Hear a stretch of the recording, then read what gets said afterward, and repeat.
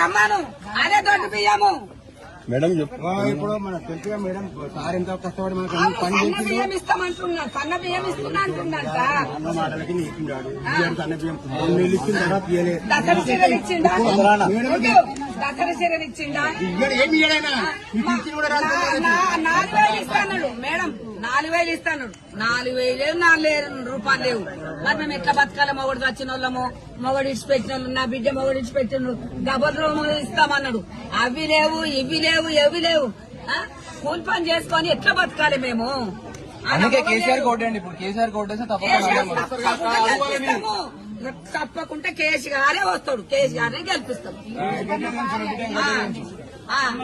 కేసీఆర్నే గెలిపిస్తాం. మేము అందరం ఎక్కడెక్కడ ఎక్కడనే కాదు, కేసీఆర్నే గెలిపిస్తాం. కేసీఆర్ ఉన్న రోజులు మాకు మంచిగా ఉన్నది.